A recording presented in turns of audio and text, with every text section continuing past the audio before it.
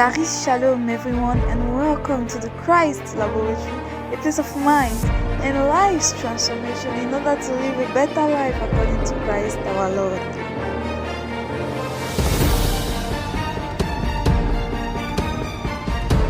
Charis Shalom, grâce et paix à vous au nom de notre Seigneur Jésus-Christ. Bienvenue au laboratoire de Christ, le frère Raphaël, comme toujours à votre service par la grâce de Dieu. Nous sommes en train de vous entretenir sur le thème que nous avons intitulé « Comment reconnaître la voix du Saint-Esprit ». Et je l'ai dit au départ, il y a des préalables, il y a des choses importantes à faire pour pouvoir être à même capable de reconnaître la voix du Saint-Esprit. Et déjà, la première chose, comme je l'ai dit, c'est d'être convaincu que le Saint-Esprit est Dieu. Et l'autre chose, c'est que le Saint-Esprit vit en nous, il est en nous, il demeure en nous. Il dit bien demeurer. Parce que nous avons souvent l'habitude d'entendre Saint-Esprit descend et vient au milieu de nous. Mais tu te demandes, mais comment est-ce que vous faites ça? La Bible dit que notre corps est le temple du Saint-Esprit, que Dieu habite en nous par le Saint-Esprit. Et nous disons encore au Saint-Esprit de descendre. Descendre pour aller où? Alors qu'il est en nous. Vous voyez donc, il faut être conscient. Il faut être conscient, convaincu, persuadé que le Saint-Esprit est en toi. Et d'autres encore disent, Saint-Esprit, visite-nous ce matin. Visite-nous. Et je te pose souvent la question de savoir, mais quand quelqu'un vient te rendre visite chez toi, qu'est-ce qui se passe après? La personne me dit, mais après elle part, non? Mais ok, si elle part, donc en fait, tu es en train de dire au Saint-Esprit de venir et de repartir. Alors que tu es sa maison. Tu es le lieu où il demeure, le lieu où il habite. Il faut être conscient, il faut être convaincu. Et ce genre de passage, lorsqu'on le lit, on doit dire Amen. Amen veut dire ainsi soit-il, je suis d'accord. Mon corps est le temple du Saint-Esprit. Mon corps est la maison de Dieu. Dieu habite en moi. Alléluia. Nous prenons 2 Thessaloniciens, le chapitre 2, à partir du verset 13. Mais nous devons sans cesse remercier Dieu à votre sujet, frères, vous que le Seigneur aime. En effet, Dieu vous a choisis pour que vous soyez les premiers à être sauvés par l'action de l'Esprit qui vous a purifié et par le moyen de votre foi en la vérité. Vous voyez, l'apôtre Paul dit aux Thessaloniciens que, déjà il leur dit que Dieu les aime et qu'il rend grâce à Dieu pour eux. Maintenant, il leur dit que Dieu les a choisis pour qu'ils soient les premiers à être sauvés par l'action de l'Esprit. Donc, tu ne peux pas être sauvé sans le Saint-Esprit. C'est pourquoi, justement, quand quelqu'un est sauvé, il a le Saint-Esprit parce que c'est le Saint-Esprit qui l'a amené. C'est le Saint-Esprit qui l'a attiré. Pas quelqu'un d'autre. Pas parce que le prédicateur parle bien. Non. C'est le Saint-Esprit. Alors, et il dit, le Saint-Esprit, par l'action de l'Esprit qui vous a purifié. Donc, en fait, Paul veut simplement dire que parce que vous avez le Saint-Esprit, vous êtes purifié. Puisque avoir le Saint-Esprit veut dire que vous avez Dieu en vous. Et nous savons que Dieu est pur, Dieu est saint. Dieu est saint. Rappelez-vous dans l'Ancien Testament, le mont Sinaï où Moïse montait, on l'appelait Sainte Montagne. La Sainte Montagne, une chose qui est sainte. Et pourquoi on l'appelait sainte? Parce que Dieu descendait sur cette montagne pour parler avec Moïse, selon Moïse. Parce que Paul après nous parle d'un ange. Mais parce que Dieu descendait sur cette montagne-là, on appelait Sainte Montagne. Maintenant, Dieu habite en nous. Et quand on dit nous sommes saints, nous sommes purs, on dit, hey frère, on dit quoi, l'apostasie. Oh, l'antichrist, oh, non. Non. Comment je fais alors pour reconnaître la voix du Saint-Esprit si je ne suis pas convaincu que le Saint-Esprit habite en moi? Ok, il me parle comment? Ah, ok. Certainement, il descend à un certain moment après. Et vraiment, non, le Saint-Esprit vit en nous. Il demeure en nous, nous qui croyons. C'est à cela, verset 14, que Dieu vous a appelé par la bonne nouvelle. Vous voyez, Dieu vous a appelé par la bonne nouvelle. Par la bonne nouvelle que nous vous avons annoncée, Dieu vous a appelé pour que vous possédiez la gloire de notre Seigneur Jésus-Christ. Dieu vous a appelé. Ouais, voilà les choses dont il faut être conscient. Romains chapitre 8. Romains chapitre 8.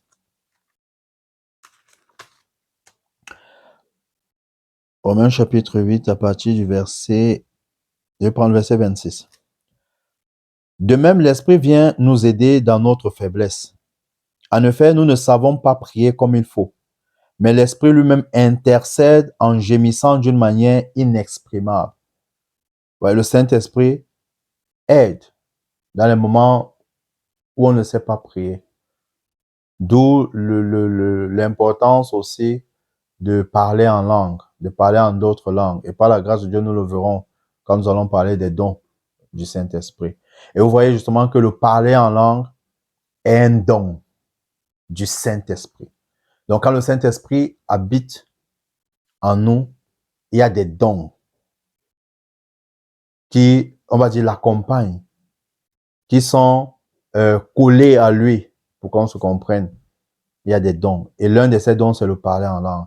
C'est pourquoi quand quelqu'un dit que la preuve que tu as cru, c'est que tu parles en langue, ce n'est pas vrai. Parce que parler en langue, c'est un don. Tu peux ne pas parler en langue, mais avoir le Saint-Esprit. Oui, avoir le Saint-Esprit. Le parler en langue n'est pas nécessairement la preuve que tu as le Saint-Esprit, non. C'est l'une des preuves, parce qu'il n'y a pas seulement que le parler en langue. Il y a d'autres dons. Donc, est-ce que si tu ne manifestes pas les autres dons, tu n'as pas le Saint-Esprit? Non. Donc, par la grâce de Dieu, nous le verrons sur le thème les dons du Saint-Esprit. Donc, il dit que de même, l'Esprit vient nous aider dans notre faiblesse. En effet, nous ne savons pas prier comme il faut, mais l'Esprit lui-même intercède en gémissant d'une manière inexprimable. Et Dieu, qui scrute les cœurs, c'est ce vers quoi tend l'Esprit, car c'est en accord avec Dieu qu'il intercède pour ceux qui appartiennent à Dieu.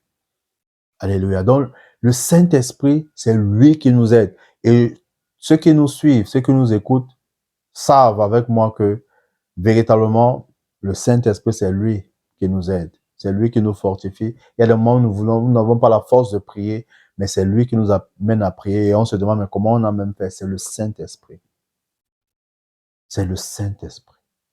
Et comment il fait ça? C'est en nous, à l'intérieur de nous. Il nous aide, il nous fortifie, il nous soutient. Alléluia.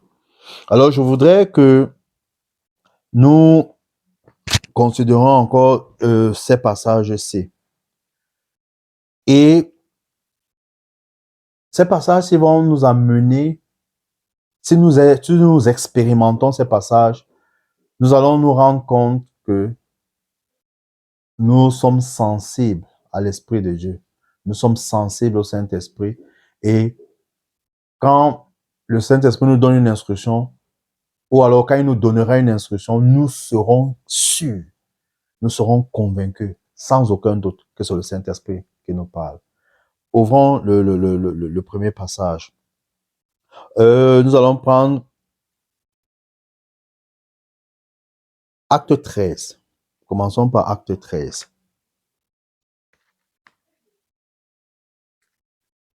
Acte chapitre 13. Comme je l'ai dit, si nous pratiquons ces choses-là, nous serons à même de reconnaître la voix du Saint-Esprit. Acte chapitre 13, je vais lire à partir du premier verset. Il y avait alors dans l'église d'Antioche des prophètes et des enseignants. Barnabas, Siméon, surnommé le Noir, Lucius, originaire de Cyrène, Manaïen, qui avait été élevé avec Hérode le gouverneur, et Saul. Un jour qu'ils adoraient ensemble le Seigneur et qu'ils jeûnaient, le Saint-Esprit leur dit. Un jour qu'ils adoraient ensemble le Seigneur et qu'ils jeûnaient.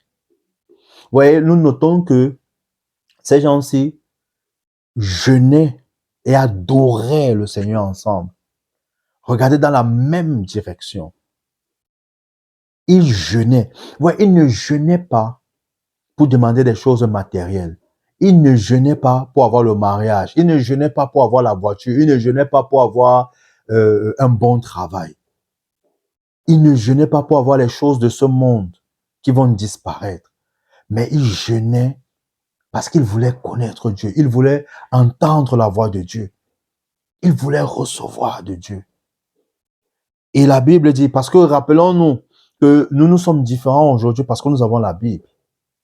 Elle est écrite, elle est déjà écrite en des langues maternelles. Mais eux, à leur époque, ils n'avaient que le rouleau de la loi. Donc, la révélation, il fallait que c'est quelqu'un qui la leur apporte de manière orale. Il n'y avait pas d'écrit. Donc, c'est pourquoi ils étaient obligés de jeûner, de prier pour recevoir de Dieu. Je ne dis pas de ne pas le faire maintenant, mais maintenant nous avons la parole de Dieu. Si je veux connaître la volonté de Dieu, c'est dans sa parole. Nous allons le voir. Alors la Bible dit qu'ils adoraient ensemble le Seigneur et ils jeûnaient. Le Saint-Esprit leur dit, mettez à part pour moi Barnabas et Saul pour l'œuvre à laquelle je les ai appelés. Alors, après avoir jeûné et prié, il leur imposait les mains et les laissait partir. C'est donc envoyé par le Saint-Esprit que Barnabas et Saul descendirent à Séleucie, où ils s'embarquèrent pour l'île de Chypre. Donc nous voyons que le Saint-Esprit a parlé à ces gens. Et comment ils ont su que c'est le Saint-Esprit? C'est parce qu'ils étaient dans une atmosphère d'adoration, de jeûne. Et le Saint-Esprit leur a parlé. Vous voyez, il n'est pas question de dire, est-ce que c'est le Saint-Esprit qui nous a parlé? Le Saint-Esprit leur a parlé.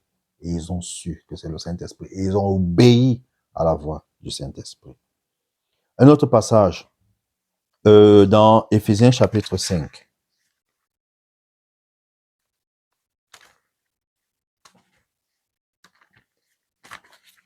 Éphésiens, le chapitre 5, prendre le verset 18. Ne vous enivrez pas de vin, cela vous conduirait à une vie de débauche, mais laissez-vous constamment remplir par l'Esprit. Mais laissez-vous constamment remplir par l'Esprit. Ainsi, vous vous encouragerez mutuellement par le chant de psaumes. Ouais, l'apôtre Paul dit, comment est-ce qu'on fait pour être rempli du Saint-Esprit? Il dit, en vous encourageant mutuellement. Voyez, on voit encore un regroupement, un rassemblement. Vous encouragez mutuellement l'un l'autre. Il dit, par le chant de psaumes. Et justement parce qu'à l'époque où Paul parle, comme je l'ai dit, ce sont des rouleaux qui existaient. C'est pour ça qu'il parle de psaumes. Par le chant de psaumes, d'hymnes et de cantiques inspirés par l'Esprit. Les hymnes, c'est les cantiques que nous avons dans nos différentes assemblées où on peut chanter. Maintenant, il parle des cantiques inspirés par l'Esprit. Ça veut dire que dans cette atmosphère où on s'encourage mutuellement, n'est-ce pas, on est inspiré et on a des chants inspirés par le Saint-Esprit, oui, qui nous viennent justement parce que nous sommes dans cette atmosphère-là, cette atmosphère d'adoration à Dieu. Vous voyez un peu cette adoration-là. Et le Saint-Esprit agit et nous pouvons reconnaître sa voix. Et des hymnes et des cantiques inspirés par l'Esprit, vous louerez le Seigneur de tout votre cœur par vos chants et vos psaumes. À tout moment et pour toutes choses. Oh, bien-aimé. À tout moment et pour toutes choses, vous remercierez Dieu le Père au nom de notre Seigneur Jésus-Christ. Et parce que vous révérez le Christ, vous vous soumettrez les uns aux autres. Vous voyez, l'apôtre Paul dit que vous louerez le Seigneur pour toutes choses, à tout moment. Si vous pratiquez ces choses, ce sera facile pour vous de reconnaître la voix du Saint-Esprit. Un autre passage, Philippiens chapitre 4. Philippiens chapitre 4, il prend à partir du verset 4. Réjouissez-vous en tout temps de tout ce que le Seigneur est pour vous. Oui, je le répète, soyez dans la joie. Faites-vous connaître par votre amabilité envers tous les hommes. Le Seigneur est proche. Ne vous mettez en souci pour rien. Ouais, c'est important de toujours vous réjouir. Toujours se réjouir.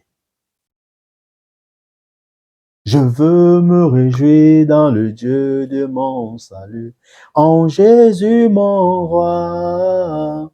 Ouais, toujours se réjouir. Bénir le nom de l'Éternel. Alors il dit, réjouissez-vous en tout temps, de tout ce que le Seigneur est pour vous. Que pensez-vous que le Seigneur est pour vous? Il dit que tout ce que vous pensez que le Seigneur est pour vous, réjouissez-vous avec cela. Rendez-lui grâce, célébrez-le. Oui, je le répète, soyez dans la joie. Ouais, ce n'est pas une alternative. Il faut être dans la joie. Faites-vous connaître par votre amabilité envers tous les hommes. Soyez aimables. Le Seigneur est proche. Ne vous mettez en souci pour rien. Donc, ne soyez pas dans l'angoisse, dans la tristesse, dans la détresse. Débarrassez-vous de ça. Débarrassez-vous de l'angoisse. Débarrassez-vous de la détresse. Débarrassez-vous de tout ce qui peut nuire à votre sensibilité, à votre concentration, à votre focus pour pouvoir entendre la voix du Saint-Esprit. Ne vous mettez en souci pour rien, mais en toute chose, exposez vos besoins à Dieu. Adressez-lui vos prières et vos requêtes, en lui disant aussi votre reconnaissance. Donc ne vous apesantissez pas, ne vous apitoyez pas sur votre sort en murmurant, en vous plaignant, mais soyez reconnaissant à Dieu. Verset 7. Alors la paix de Dieu, qui surpasse tout ce qu'on peut concevoir, gardera votre cœur et votre pensée sous la protection de Jésus-Christ. Enfin, frères, verset 8, nourrissez vos pensées de tout ce qui est vrai, noble, juste, pur, digne d'amour ou d'approbation, de tout ce qui mérite respect et louange. Vous voyez, l'apôtre Paul dit, et nous avons un exemple de ce qu'il dit, l'apôtre Paul ici. Lui, il a pratiqué. Quand nous lisons Actes chapitre 16, quand il est en prison avec Paul, avec Silas, autant pour moi, après qu'ils aient reçu des coups de fouet, la Bible dit qu'ils se sont mis à prier et à chanter au milieu de la nuit. Et ils ont célébré le Seigneur de telle sorte que les autres prisonniers étaient étonnés. Même les geôliers étaient surpris. Comment des gens dans la douleur louent le Seigneur.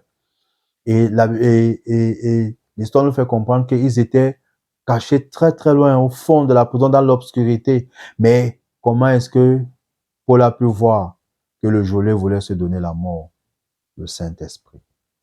Oui, ils étaient dans cette atmosphère de louange, dans cette atmosphère de célébrer Dieu dans la douleur, dans la souffrance. Ils étaient à même de reconnaître la voix du Saint-Esprit. Ils ont dit au geôlier, ne le fais pas, ne te tue pas, ne te donne pas la mort. Nous sommes vivants, personne n'est sorti de la prison. Et comment Paul pouvait même encore savoir que personne n'est sorti de la prison? Puisqu'il n'était pas le seul, il y avait d'autres prisonniers dans d'autres endroits. Mais il a dit personne.